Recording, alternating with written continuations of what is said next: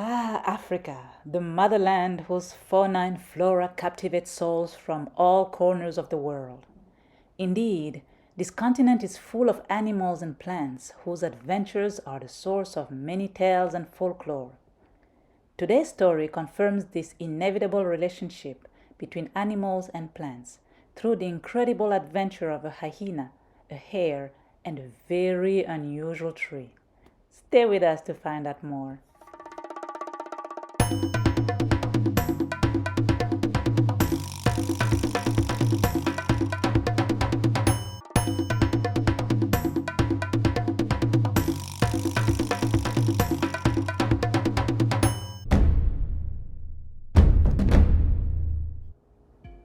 Hello everyone and welcome to Totem, Tales of the Motherland.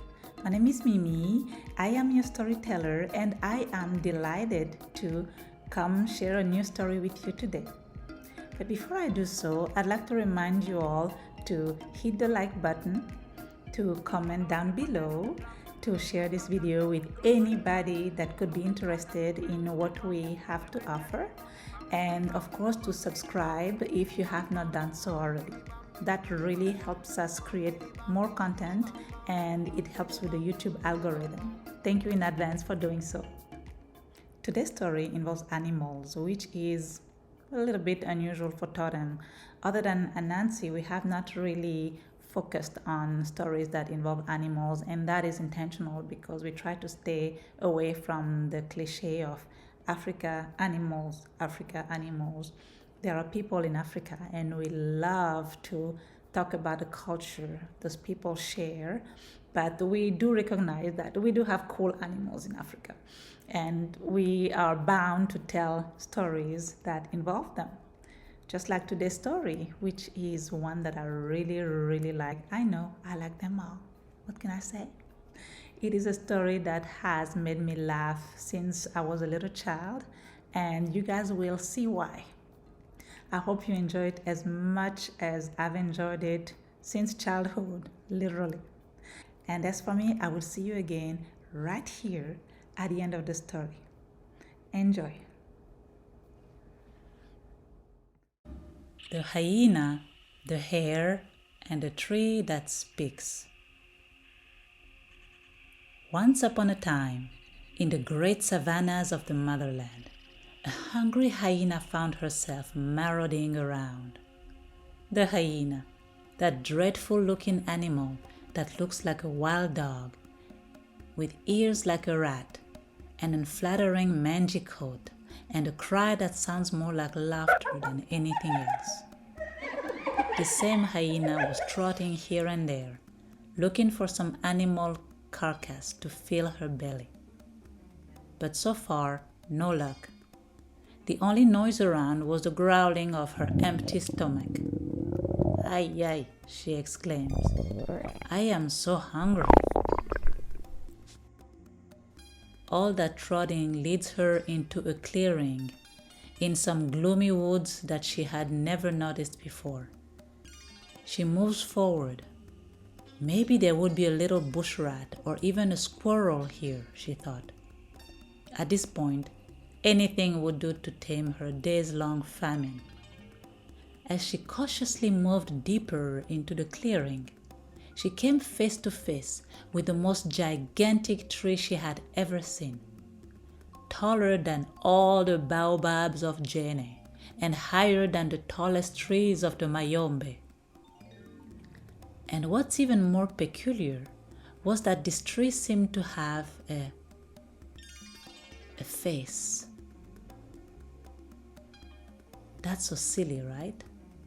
But really, this rough bark tree had two distinct holes on its trunk, and just below those holes, there was a large cavity resembling a wide open mouth.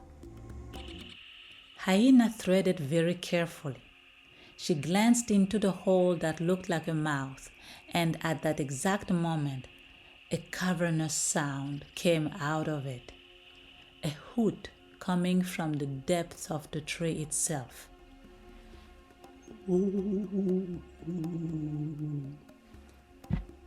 "Whoa!" exclaimed Hyena. A A tree that speaks.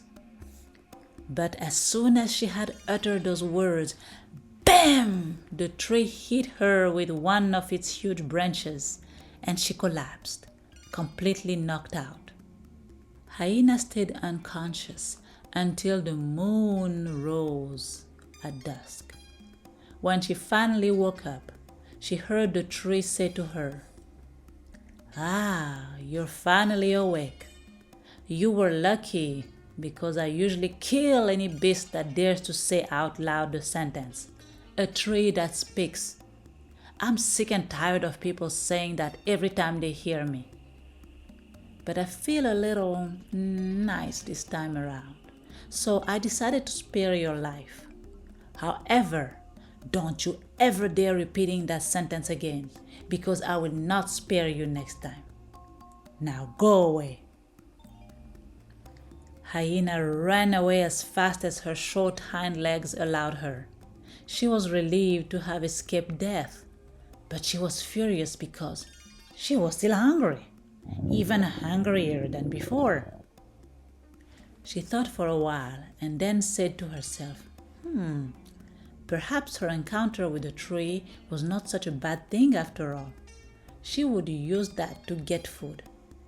If all went according to plan, she would never go hungry again. She set her dastardly plan into motion. She approached Mr. Elephant, who was taking his last mud bath of the day. Mr. Elephant, you'll never guess what I just saw.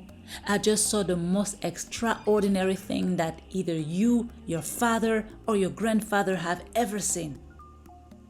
Mr. Elephant laughed. "Oh, ha ha! Me, Mr. Elephant, me who have lived a much longer life than you. Me who have a brain as big as 10 bags of cola nuts. Me whose memory would make God himself agonize in jealousy. It is me you want to teach something to?" "Yes, I assure you that you will be dazzled," replied Hyena. "I just came across," lowering her voice, "a tree that speaks." "Rubbish," says Mr. Elephant, irritated. "Look, go waste someone else's time, okay? Footsec.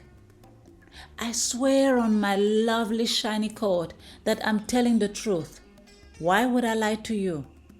If you follow me into the woods, you will see for yourself." Mr. Elephant hesitates for a moment. It seemed impossible, but Hyena insisted so much that there might be something interesting to see after all. "Okay, I'll follow you," he finally says. "But be careful. No silly tricks, huh? You see my big foot here, don't you? If this is some kind of a trap or game on your part, I will crush you like a fly. Boom! Just like that. You understand?" "Oh dear, don't worry," replies Hyena. "I will not dare stir up your anger. You are a giant of Africa after all. I just need to mention something very important though. When you hear the tree speak, you'll have to say out loud, 'A tree that speaks.' You'll have to say it exactly like that. If you don't, the tree will get mad and it will kill you. Okay?" All right, Mr. Elephant says nonchalantly. With that being said, they set out for the clearing in the woods. Hyena in front and Mr. Elephant following her lead. As they approach the tree, Hyena hides behind a bush and lets Mr. Elephant get closer to the tree. Indeed, the tree piqued Mr. Elephant's curiosity. He had never seen it before. He approached the hole in front and heard the cavernous hooting of the tree.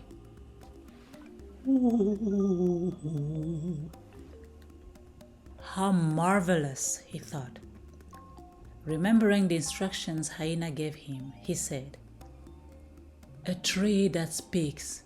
As soon as he did so, bam! The tree hit him, and he fell to the ground dead. Hyena immediately threw herself on him and devoured him. What a feast! She ate Mr. Elephant for days. Once the carcass was completely devoured, she hid the bones in the woods, and a few days later, she went back on her search for her next victim. She approached Mr. Lion this time, and she told him the same story she had told Elephant. Mr. Lion first laughs at Hyena. Then, with a voice full of disdain, he said, "You, little hyena, you who trots and cackles all day long, you want to teach me something. Me, the king of the jungle. Leave me alone before I turn you into a snack for my 8 children." Just say that you're afraid, Hyena taunts him to hurt his ego. Mr. Lion jumps. "Who is afraid? Me? Afraid of whom? You? No way. Show me that tree and let's get this foolishness over with." "Okay," said Hyena. "But just remember to shout, 'A tree that speaks,' so that the tree won't hurt you, okay?" Yeah, Mr. Lion says, visibly annoyed. "Let's go." With that, they head towards the clearing and straight to the tree. Hyena made sure to hide behind the same bush as before. Intrigued by the tree, Lion stretched his ear towards the hole, and he hears the hoot sound coming out of it.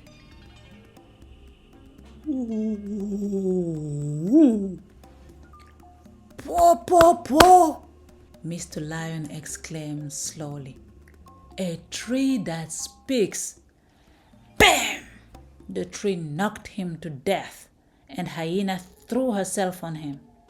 She ate Mr. Lion. She ate and ate and ate for 3 days straight, and then she got rid of the bones. She continued her scheme on Mr. Rhinoceros, Mrs. Antelope, Mr. Buffalo, Mr. Warthog, Miss Guinea Fowl, and even tiny little marmosets who took great joy at jumping from tree to tree. She managed to lure all those animals to the tree, all except Mr. Hare. Mr. Hare had been observing Hyena from the beginning, the very beginning, and she had seen it all. She had seen how Hyena herself got hit by the tree and what the tree told her. She saw it all. This hyena is cunning, thought Mr. Hare, but someone must stop her. Otherwise, she will extinguish the entire savannah. I'm going to show her that for every smart creature, there's an even smarter one. Therefore, one bright morning, Mr. Hare bravely approached Hyena. "Hyena, 𝐤𝐤𝐤, long time no see. What are you up to these days?" Hyena, delighted to see her potential meal of the day, replied, "I'm fine, my friend." She then repeated her now usual spiel about the tree to Mr. Hare. Mr. Hare, pretending to hear the story for the very first time, asks Hyena to take him to the mysterious tree, to which Hyena gladly agrees. But suddenly Mr. Hare fakes some hesitation. Ouch! Me and my useless memory. I don't know if I will remember the sentence. What is it again? A tree that screams, a tree that whispers, a tree that speaks, says Hyena, exasperated. It's very easy. Okay, I remember now. So on they go in the direction of the clearing. Hyena already drooling at the idea that Mr. Hare's tender, juicy meat will soon reside in her belly. She decides that she might even eat the bones this time around. Arriving in front of the tree, Mr. Hare puts his ear over the hole and he hears the hooting. Ooh, ooh.